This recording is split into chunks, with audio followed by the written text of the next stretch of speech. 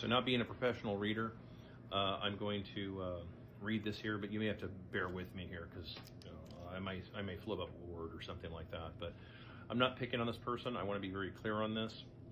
I'm just reading something that somebody posted, and so that you can kind of get the idea of what's going on with real estate and the kind of stuff that I've been talking about. And so, because I know I get flipped a lot of shit from the landlord bros that say, oh, I don't know, like, dude, I know what I'm talking about. I've been doing this a while, and when I see stuff like this, I cringe, because it's like, dude, I mean, a lot of these people, what they're not doing is they're not doing anywhere near enough research to find out what they can actually get. So I'm just going to read this to you. This is purportedly true, so I'm going to go with just if this is to be believed, okay? So this was the first investment property that this person purchased in December of 2023, using most of his savings in the process. It's a duplex, so 3-bedroom, 2-bath on each side. The purchase price was $645,000.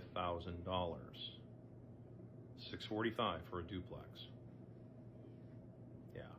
So near my hometown, a market that I'm familiar with. Although the property itself is in a less desirable part of town. I used an FHA loan, and my plan was to house hack. So the loan was for roughly 95% LTV. My monthly PITI was in the high 4,000s per month, okay? My initial analysis is that I assumed that I would rent out each side for $3,000. So in other words, he would get $3,000 for the one side, but then he wanted to live on the other side and then get 2 roommates, each paying $1,000 apiece. So the net effect would be roughly the equivalent of $3,000 per side. I believed that I might have overestimated the rent, as I have currently had no action on it, and he's lowered the rent down to $2,500, no action. He's come to find out, and I'm going to paraphrase this, that the realistic rent is probably closer to $1,500 a side.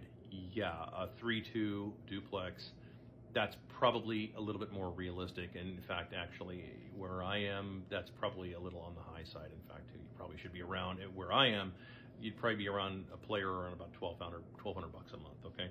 So this guy is so insanely underwater, and I'm just gonna kind of stop there, but this is the kind of thing that I'm talking about. When I see these numbers of $645,000, no, that's ridiculous that somebody would do something like that. You're going 640. I would tell you this: if you're leveraging $645,000 to make a cash flow, in the best case scenario, right? In the fantasy world, his cash flow would have been, probably after repairs and what have you, would have been something in the neighborhood of $1,000 or so a month. Let's call it, let's be fair, let's go to the high side and say he got $3,000 aside, and his cash flow is $1,000 a month net after everything. That's 12 grand a year, and that's assuming that you have full-time occupancy. You don't have any vacancy for months at a time.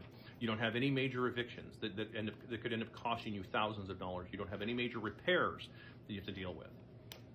12 grand a year, $650,000 worth of debt.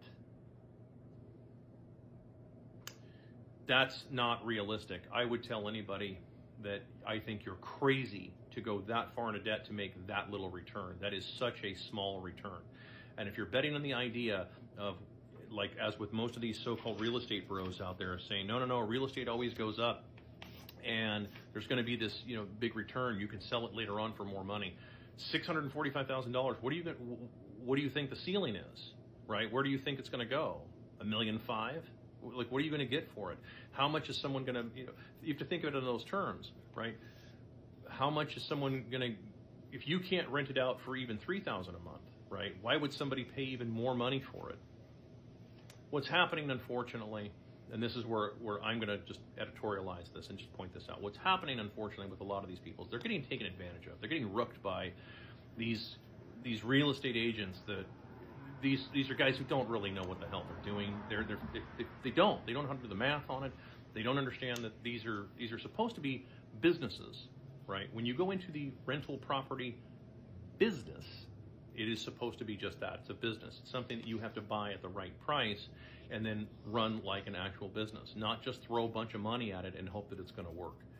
I'm seeing just a lot of this kind of stuff. I remember the one we talked about before, where the guy who was in Austin, he paid like 500 grand for a duplex. It's like Look, dude, these numbers are just insane.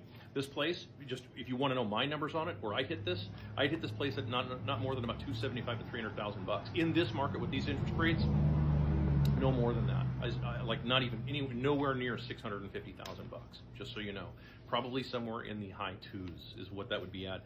Especially if what you can get, if the realistic rent is about $1,500 a side, which is $3,000, then you got to factor in some vacancy. You also got to factor in your maintenance, repairs, etc. You can factor all that stuff in.